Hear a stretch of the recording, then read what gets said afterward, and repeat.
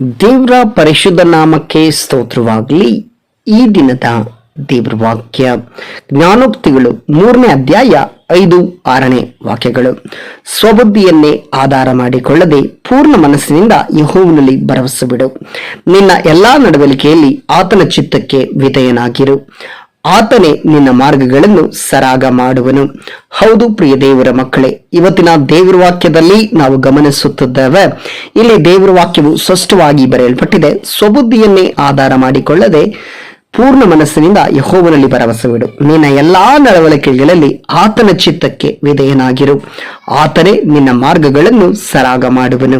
ಪ್ರಿಯರಲ್ಲಿ ನಾವು ನೋಡುತ್ತದೆ ಮೊದಲನೇದಾಗಿ ಸ್ವಬುದ್ಧಿಯನ್ನೇ ಆಧಾರ ಮಾಡಿಕೊಳ್ಳದೆ ಅಂದ್ರೆ ಸಾಮಾನ್ಯವಾಗಿ ನಾವು ಏನ್ ಮಾಡ್ತೀವಿ, ನಮ್ಮ ಸ್ವಂತ ಆಲೋಚನೆಗಳ ಪ್ರಕಾರ ನಡೆಯುತ್ತೇವೆ. ಅನೇಕರು ಮಾಡುವಂತ ದೊಡ್ಡ ತಪ್ಪೇನೆಂದ್ರೆ ತನ್ನ ಮನಸ್ಸಿಗೆ ಬಂದ ಆಲೋಚನೆಗಳ ಪ್ರಕಾರ, ತನ್ನ ಹೃದಯಕ್ಕೆ ಯಾವುದು ಒಳ್ಳೆಯದಂತೆ ಅನಿಸ್ತದೋ ಅದರ ಪ್ರಕಾರ ಓಡಿ ಹೋಗ್ತಾರೆ, ಅದರ ಪ್ರಕಾರ ಕೆಲಸವನ್ನು ಮಾಡ್ತಾರೆ, ಅದರ ಪ್ರಕಾರ ನಿರ್ಧಾರಗಳನ್ನ ತೆಗೆದುಕೊಳ್ಳುತ್ತಾರೆ. ಕೆಲವರು ಮಹತ್ವವಾದ ನಿರ್ಧಾರಗಳನ್ನು ತೆಗೆದುಕೊಳ್ಳುವಾಗ, ಒಂದು ಉದಾಹರಣೆಗೆ ಹಾಗೆ ಹೇಳುತ್ತೇನೆ, ಮದುವೆ ವಿಚಾರದಲ್ಲಿ ನೀವು ಒಂದು ನಿರ್ಧಾರವನ್ನು ತೆಗೆದುಕೊಳ್ಳುವಾಗ ನಿಮ್ಮ ಸ್ವಂತ ಬುದ್ಧಿಯನ್ನ ಆಧಾರ ಮಾಡಿಕೊಳ್ಳುತ್ತೀರಿ. ಅಂದ್ರೆ ಹುಡುಗ ನೋಡ್ಲಿಕ್ಕೆ ಚೆನ್ನಾಗಿದ್ದಾನೆ, ಆತನು ಒಳ್ಳೆಯವನಾಗಿದ್ದಾನೆ, ಆತನು ದೇವರಲ್ಲಿ ಭಯಭಕ್ತಿ ಇಲ್ಲವನಿದ್ದಾನೆ ಎಂಬುದಾಗಿ ನೀವು ವಿಚಾರಿಸೋದಿಲ್ಲ. ಬದಲಾಗಿ ನಿಮ್ಗೆ ಇಷ್ಟ ಆಗಿದ್ರೆ ಸಾಕು ಆತನನ್ನ ಮದುವೆ ಮಾಡಿಕೊಳ್ಳುವಂಥದ್ದು. ಅಥವಾ ಒಂದು ಹುಡುಗಿ ವಿಚಾರದಲ್ಲಿ ಆಗಿರ್ಬೋದು, ಅವಳು ನೋಡ್ಲಿಕ್ಕೆ ಅಂದ ಚಂದವಾಗಿದ್ದರೆ ಸಾಕು, ಅಷ್ಟೇ, ಸ್ವಂತ ಬುದ್ಧಿಯಿಂದ ಅವಳನ್ನ ಮದುವೆ ಆಗ್ಬಿಡೋದು.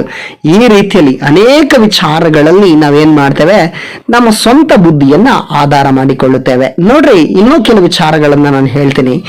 ದೇವರು ಕರೆದ ಕರುವಿಕೆನ ಬಿಟ್ಟು ಕೆಲವರು ಏನ್ ಮಾಡ್ತಾರಂದ್ರೆ ತನ್ನ ಸ್ವಂತ ಬುದ್ಧಿಗೆ ಬಂದ ಹಾಗೆ. ಕೆಲವ್ರನ್ನ ದೇವರು ಏನ್ ಮಾಡಿರ್ತಾನೆ, ಪ್ರವಾದಿಯಾಗಿ ಕರೆದಿರ್ತಾನೆ. ಇನ್ನ ಕೆಲವ್ರನ್ನ ದೇವರು ಸ್ವಾರ್ಥ ಸಾರುವುದಕ್ಕಾಗಿ ಕರೆದಿರ್ತಾನೆ. ಇನ್ನ ಕೆಲವ್ರನ್ನ ದೇವರು ಸಭಾಪಾಲಕರಾಗಿ ಕರೆದಿರ್ತಾರೆ. ಇದನ್ನ ಬಿಟ್ಟು ಬೇರೆ ಎಲ್ಲಾ ಆಲೋಚನೆಗಳು ಅವ್ರ ಜೀವಿತದಲ್ಲಿ ಬರ್ತಾನೆ ಇರ್ತದೆ.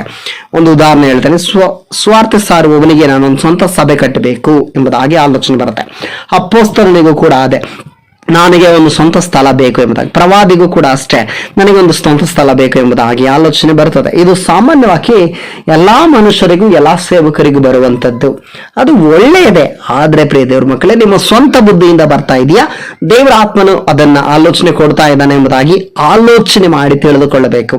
ನಿಮ್ಮ ಸ್ವಂತ ಬುದ್ಧಿ ಪ್ರಕಾರ ನೀವು ನಡೆದುಕೊಳ್ಳಬಾರದು. ಅದಕ್ಕೆ ದೇವರ ಆತ್ಮನು ಹೇಳ್ತಾ ಇದ್ದಾನೆ, ಸ್ವಬುದ್ಧಿಯನ್ನೇ ಆಧಾರ ಮಾಡಿಕೊಳ್ಳಬೇಡ್ರಿ. ನನ್ನಿಂದ ಎಲ್ಲವೂ ಸಾಧ್ಯ, ನನಗೆಲ್ಲ ಗೊತ್ತು ಎಂಬುದಾಗಿ ಆಲೋಚನೆ ಮಾಡ್ಲಿಕ್ಕೆ ಹೋಗ್ಬೇಡ್ರಿ. ನಿಮ್ಮ ಜೀವಿತದಲ್ಲಿ ಗೊತ್ತಿರುವ ಕಾರ್ಯಗಳು ಬಹಳ ಚಿಕ್ಕದಾದದು. ನೀವು ಕಳ್ತಿರುವಂತದ್ದು ಬರೀ ಕೈಯಷ್ಟೇ, ಕಲಿದೇ ಇರುವಂತದ್ದು ಸಮುದ್ರದಷ್ಟಿದ್ದಾವೆ. ಪ್ರಿಯದವ್ರ ಮಕ್ಕಳೇ, ನಾವು ಕಲಿದೇ ಇರುವಂತಹ ಕಾರ್ಯಗಳು ಅನೇಕವಿದ್ದಾವೆ. ನನಗೆ ಎಲ್ಲ ಗೊತ್ತು, ನಾನೆಲ್ಲವೂ ತಿಳಿದಿದ್ದೇನೆ ಎಂಬುದಾಗಿ ನಾವು ಮಾತನಾಡ್ಲಿಕ್ಕೆ ಹೋಗ್ಬಾರ್ದು. ಯಾರ ಹತ್ರನೂ ನಾವು ವಾದ ವಿವಾದಗಳನ್ನ ಮಾಡ್ಲಿಕ್ಕೆ ಹೋಗ್ಬಾರ್ದು. ಅದು ಸ್ವಂತ ಬುದ್ಧಿ, ಸ್ವಂತ ಆಲೋಚನೆಗಳಿಂದ ನಾವು ಯಾವುದೇ ನಿರ್ಧಾರವನ್ನ ತೆಗೆದುಕೊಳ್ಳಬಾರದು. ಯಾಕೆಂದ್ರೆ ಒಂದು ಮಹತ್ವವಾದ ನಿರ್ಧಾರಗಳನ್ನು ತೆಗೆದುಕೊಳ್ಳಬೇಕಾದ್ರೆ ಒಂದು ದೇವರ ಸೇವಕರ ಆಲೋಚನೆಗಳಿರಬೇಕು, ಅಲ್ಲವಾ ದೇವರ ಆಲೋಚನೆ ಇರಬೇಕು, ಅಥವಾ ಬೇರೆ ರೀತಿಯಲ್ಲಿ ನಿಮಗೆ ಗೊತ್ತಿರುವಂತ ಒಳ್ಳೆ ಸಲಹೆಗಾರರು, ಒಳ್ಳೆ ರೀತಿಯ ಜೀವನದ ಮಹತ್ವಗಳನ್ನ ತಿಳಿದಿರುವವರ ಹತ್ರ ನೀವೇನ್ ಮಾಡಬಹುದು, ಆಲೋಚನೆಗಳನ್ನ ಕೇಳಿ ನಂತರ ನೀವು ಪ್ರಾರ್ಥನೆ ಮಾಡಿ ಆ ಆಲೋಚನೆಗಳು ಒಳ್ಳೆಯದ ಕೆಟ್ಟದ ಎಂಬುದಾಗಿ ಆಲೋಚನೆ ಮಾಡಿ ದೇವರ ಆತ್ಮನ ಆಲೋಚನೆಗಳಿಂದ ನೀವು ತೆಗೆದುಕೊಳ್ಳುವುದು ಒಳ್ಳೆಯದಾಗಿರ್ತದೆ. ನಿಮ್ಮ ಸ್ವಂತ ಬುದ್ಧಿಯನ್ನ ಆಧಾರ ಮಾಡಿಕೊಳ್ಳಬೇಡ್ರಿ. ಎರಡನೇದಾಗಿ ದೇವರ ಆತ್ಮನ ಹೇಳುವಂತ ಕಾರ್ಯ, ಪೂರ್ಣ ಮನಸ್ಸಿನಿಂದ ಯೆಹೋವನಲ್ಲಿ ಭರವಸೆ ಬಿಡು. ಅಂದ್ರೆ ಪ್ರಿಯ ದೇವ್ರ ಮಕ್ಕಳು, ಇವತ್ತು ಅನೇಕರು ಏನ್ ಮಾಡ್ತಾ ಇದ್ರೆ, ಮನಸ್ಸು ಅನ್ನುವಂಥದ್ದು, ಮನುಷ್ಯನ ಮನಸ್ಸು ಸಂಚಲವುಳ್ಳಂತದ್ದಾಗಿದೆ, ಸಂಚಲಿಸುವಂಥದ್ದು. ಅದು ಒಂದು ಸ್ಥಳದಲ್ಲಿ ಇರುವುದಿಲ್ಲ, ಅದು ಒಂದೇ ಕಡೆ ಇರುವುದಿಲ್ಲ. ಕೆಲವು ಸಮಯ ಏನ್ ಮಾಡ್ತೀವಿ, ಸ್ವಂತ ಆಲೋಚನೆಗಳಿಗೆ ತಕ್ಕಾಗ ಹುಡುಬಿಡ್ತೇವೆ. ನಾವು ಸಭೆಯಲ್ಲಿ ಕೂತಿರ್ತೀವಿ, ಆದ್ರೆ ಪೂರ್ಣ ಮನಸ್ಸು ನಮಗಿರೋದಿಲ್ಲ. ನಾವು ವಾಕ್ಯ ಕೇಳ್ತಾ ಇರ್ತೀವಿ, ಆದ್ರೆ ಪೂರ್ಣ ಮನಸ್ಸಿನಿಂದ ದೇವ್ರ ವಾಕ್ಯವನ್ನ ಕೇಳೋದಿಲ್ಲ. ಪ್ರಾರ್ಥನೆ ಮಾಡ್ತಾ ಇದ್ದೀವಿ, ಪೂರ್ಣ ಮನಸ್ಸಿನಿಂದ ದೇವರನ್ನ ಪ್ರಾರ್ಥಿಸೋದಿಲ್ಲ. ಬದಲಾಗಿ ಅಯ್ಯೋ ಅಲ್ಲಿ ಕೆಲಸದಲ್ಲಿ ಏನಾಯ್ತೋ, ಅಯ್ಯೋ ಅಲ್ಲಿ ಅಡಿಗೆ ಹಚ್ಚಿದ್ದೆ, ಅಲ್ಲಿ ಒಲೆ ಹಚ್ಚಿದ್ದೆ, ಅದು ಬಿಟ್ಟಿದ್ದೆ, ಇದು ಮಾಡಿದ್ದೆ, ಅಯ್ಯೋ ಬಾಗಿಲು ಹಚ್ಚಿದ್ನ ಇಲ್ವಾ ಅಂತ ಹೇಳಿ ನಮ್ಮ ಮನಸ್ಸುಗಳು ಗಲಿಬಿಲಿ ಪಡಿಸ್ತದೆ. ನಮ್ಮ ಮನಸ್ಸುಗಳು ಬೇರೆ ಬೇರೆ ಕಡೆ ಸಂಚಲಿಸುವಂತದ್ದಾಗಿದೆ. ಆದ್ರಿಂದ ದೇವರಾತ್ಮ ಹೇಳ್ತವನೇ, ಸ್ವಂತ ನಿನ್ನ ಪೂರ್ಣ ಮನಸ್ಸಿನಿಂದ ಯೆಹೋವನನ್ನ ಭರವಸೆ ಬಿಡಬೇಕು. ಅಂದ್ರೆ ಪೂರ್ತಿಯಾಗಿ ನಿನ್ನ ಮನಸ್ಸಾರೆ ದೇವರನ್ನ ಭರವಸೆ ಇಡಬೇಕು, ದೇವರಲ್ಲಿ ನಂಬಿಕೆ ನೀಡಬೇಕು. ಅಂದ್ರೆ ನಿಮ್ಮ ಮನಸ್ಸು ಬೇರೆ ಬೇರೆ ಕಡೆ ಸಂಚಲಿಸುವುದನ್ನ ನೀವು ಏನ್ ಮಾಡಬೇಕು? ತಡೆ ಮಾಡಬೇಕು. ಅದನ್ನ ತಡೆ ಮಾಡುವುದಾದ್ರೂ ಹೇಗೆ? ನಿಮ್ಮ ಆತ್ಮಕ್ಕೆ ನೀವು ಬೋಧಿಸ್ಬೇಕು. ಯಾವ ರೀತಿಯಲ್ಲಿ ದಾವೀದನು ಆತನ ಆತ್ಮಕ್ಕೆ ನೋಡಿ, ನನ್ನ ಮನವೇ ಯೆಹೋವನ್ನೇ ನಂಬಿ ಶಾಂತವಾಗಿರು ಅಂತ ಹೇಳಿ ಕೀರ್ತನೆ 62:5 ಹೇಳಿದ್ರಲ್ಲ, ಅದೇ ರೀತಿ ನಿಮ್ಮ ಮನಸ್ಸಿಗೆ ನೀವು ಬೋಧಿಸ್ಬೇಕು. ದೇವ್ರನ್ನೇ ನಂಬಬೇಕು, ದೇವ್ರನ್ನ ಪೂರ್ಣ ಮನಸ್ಸಿನಿಂದ ಆರಾಧಿಸ್ಬೇಕು, ಪೂರ್ಣ ಮನಸ್ಸಿನಿಂದ ಆತನನ್ನ ಸ್ತುತಿಸಬೇಕು, ಪೂರ್ಣ ಮನಸ್ಸಿನಿಂದ ನಾವು ಪ್ರಾರ್ಥಿಸಬೇಕು, ಪೂರ್ಣ ಮನಸ್ಸಿನಿಂದ ನಾವು ಭರವಸೆ ಇಡಬೇಕೆಂಬುದಾಗಿ ನಾವೇನ್ ಮಾಡಬೇಕು? ದೇವರನ್ನ ಪೂರ್ಣ ಮನಸ್ಸಿನಿಂದ ಆರಾಧಿಸುವುದಕ್ಕೆ ನಮ್ಮನ್ನ ನಾವು ರೆಡಿ ಮಾಡಿಕೊಳ್ಬೇಕಾಗಿದೆ, ನಮ್ಮನ್ನ ನಾವು ತಯಾರಿ ಪಡಿಸಿಕೊಳ್ಬೇಕಾಗಿದೆ. ಅದಕ್ಕೆ ದೇವರ ಆತ್ಮ ಹೇಳ್ತಾನೆ, ಪೂರ್ಣ ಮನಸ್ಸಿನಿಂದ ಯೆಹೋವನಲ್ಲಿ ಭರವಸೆ ಬಿಡು, ನಿನ್ನ ಎಲ್ಲಾ ನಡವಳಿಕೆಯಲ್ಲಿ ಆತನ ಚಿತ್ತಕ್ಕೆ ವಿಧೇಯನಾಗಿರು. ಪ್ರಿಯ ದೇವರ ಮಕ್ಕಳೇ, ಎಲ್ಲಾ ನಡವಳಿಕೆಗಳಲ್ಲಿ ನೀನು ನಡೆಯುವಂತ ನಡವಳಿಕೆಗಳಾಗಿರ್ಬೋದು, ಹಾಕೊಳ್ಳುವಂತ ಉಡುಪುಗಳಾಗಿರ್ಬೋದು, ಮಾತನಾಡುವ ಮಾತುಗಳಾಗಿರ್ಬೋದು, ವರ್ತನೆಗಳಾಗಿರ್ಬೋದು, ಯಾರೊಟ್ಟಿಗೆ ಏನ್ ಮಾತಾಡ್ತಾ ಇದೆಯಾ ಅದೆಲ್ಲವೂ ಕೂಡ ಯಾವುದೇ ಒಂದು ಕಾರ್ಯಗಳಾಗಿರ್ಬೋದು, ಪ್ರಿಯ ದೇವರ ಮಕ್ಕಳು, ದೇವರ ಆತ್ಮನ ಹೇಳ್ತಿದ್ದಾನೆ ಏನಂತ ಹೇಳಿ, ನಿನ್ನ ಎಲ್ಲಾ ನಡವಳಿಕೆಗಳಲ್ಲಿ ನಿಮ್ಮ ಆಲೋಚನೆಗಳಾಗಿರ್ಬೋದು, ನಿಮ್ಮ ಉಡುಗೆ ತೊಡುಗೆಗಳಾಗಿರ್ಬೋದು, ಸಭೆಗೆ ಹೋಗುವಂಥದ್ದಾಗಿರ್ಬೋದು, ಅಥವಾ ಸಭೆ ಬಿಟ್ಟು ಹೊರಗಡೆ ಬರುವಂಥದ್ದಾಗಿರ್ಬೋದು, ಯಾವುದೇ ಒಂದು ವಿಚಾರಗಳಾಗಿರ್ಬೋದು, ನಿಮ್ಮ ಜೀವಿತದ ಯಾವುದೇ ಒಂದು ನಿರ್ಧಾರಗಳಾಗಿರ್ಬೋದು, ಯಾವುದೇ ಒಂದು ಕಾರ್ಯಗಳಾಗಿರ್ಬೋದು, ದೇವರ ಚಿತ್ತಕ್ಕೆ ವಿಧೇಯರಾಗಿರಬೇಕು. ದೇವರ ಚಿತ್ತ ಏನಿದೆ, ದೇವರ ಉದ್ದೇಶ ಏನಿದೆ, ನಿಮ್ಮ ಜೀವಿತವನ್ನು ಕುರಿತಾಗಿ ದೇವರು ಏನು ಆಲೋಚನೆ ಇಟ್ಟಿದ್ದಾನೆಂಬುದಾಗಿ ತಿಳಿದುಕೊಂಡು ಆತನ ಆಲೋಚನೆಗೆ ಸರಿಯಾಗಿ ನೀವು ನಡೆಯುವುದಾದರೆ ಆತನು ನಿಮ್ಮ ಮಾರ್ಗಗಳನ್ನ ಸರಾಗ ಮಾಡುವನು. ಅಂದ್ರೆ ಎಲ್ಲವನ್ನ ಸರಿಪಡಿಸ್ತಾನೆ. ನಿಮ್ಮ ಜೀವಿತದಲ್ಲಿ ಆತನ ಚಿತ್ತಕ್ಕೆ ನೀವು ವಿಧೇಯರಾಗಿರುವುದಾದ್ರೆ ಸಾಕು, ನಿಮ್ಮ ಜೀವಿತದಲ್ಲಿರುವ ಎಲ್ಲಾ ವಿಷಯಗಳು ಆತನು ಸರಿ ಮಾಡುವಂತನಾಗಿದ್ದಾನೆ. ನಿಮ್ಮ ಮಾರ್ಗಗಳನ್ನು ನೋಡ್ರೆ ಆತನು ಹೇಳ್ತಾ ಇದ್ದಾನೆ, ನಿನ್ನ ಎಲ್ಲಾ ನಡವಳಿಕೆಗಳಲ್ಲಿ ಆತನ ಚಿತ್ತಕ್ಕೆ ವಿಧೇಯನಾಗಿರು, ಆತನೇ ನಿನ್ನ ಮಾರ್ಗಗಳನ್ನು ಸರಾಗ ಮಾಡುವನು.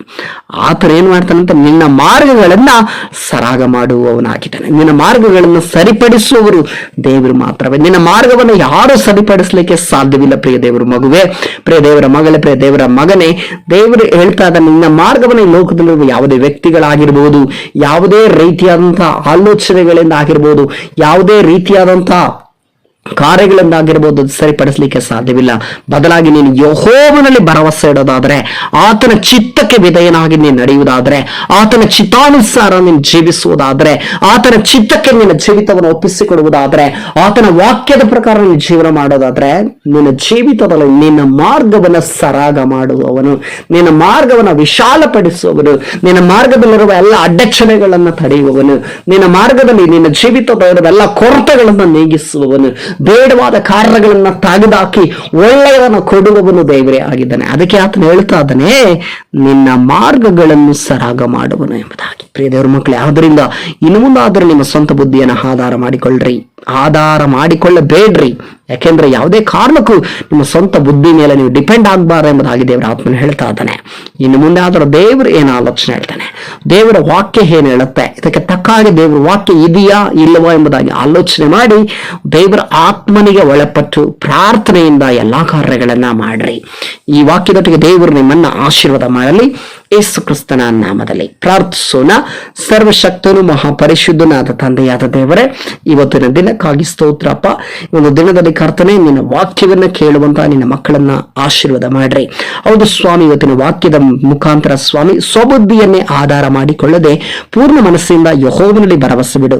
ನಿನ್ನ ಎಲ್ಲಾ ನಡವಳಿಕೆಗಳಲ್ಲಿ ಆತನ ಚಿತ್ತಕ್ಕೆ ವಿಧೇಯನಾಗಿರು, ಆತನೇ ನಿನ್ನ ಮಾರ್ಗಗಳನ್ನು ಸರಾಗ ಮಾಡುವನು ಎಂಬ ವಾಕ್ಯಗಳ ಮುಖಾಂತರ ನನ್ನೊಟ್ಟಿಗೂ ವಿಶೇಷವಾಗಿ ವಾಕ್ಯವನ್ನು ಕೇಳುತ್ತಿರುವ ಪ್ರತಿಯೊಬ್ಬೊಬ್ಬರೊಟ್ಟಿಗೂ ಸ್ವಾಮಿ ನಿನ್ನ ಮಾತನಾಡಿದ ದೈವಿಕ ಕೃಪೆಗಾಗಿ ನಿನಗೆ ಸ್ತೋತ್ರ ರಾಜ.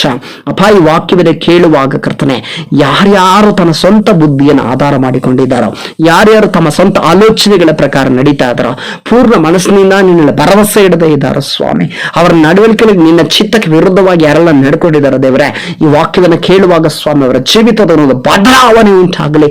ನಿನ್ನ ಮಾರ್ಗದಲ್ಲಿ ನಡೆಯುವ ಮಕ್ಕಳಾಗಿ, ನಿನ್ನ ಚಿತ್ತಕ್ಕೆ ವಿಧೇಯನಾಗಿರುವ ಮಕ್ಕಳಾಗಿ, ಪೂರ್ಣ ಮನಸ್ಸಿನಿಂದ ನಿನ್ನಲ್ಲಿ ಭರವಸೆ ಇಡುವ ಮಕ್ಕಳಾಗಿ ಸ್ವಾಮಿ ದೇವರೇ, ಅವರ ಮಾರ್ಗಗಳನ್ನು ಸರಾಗ ಮಾಡುವ ದೇವರು ಇದ್ದಾನೆ ಎನ್ನುವಂತ ನಂಬಿಕೆಯಲ್ಲಿ ಕರ್ತನೆ ಅವರೆಲ್ಲರೂ ಕರ್ತನೆ ಬರುವಂತೆ ಕೃಪೆ ಮಾಡ್ರಿ, ಸಹಾಯ ಮಾಡ್ರಿ.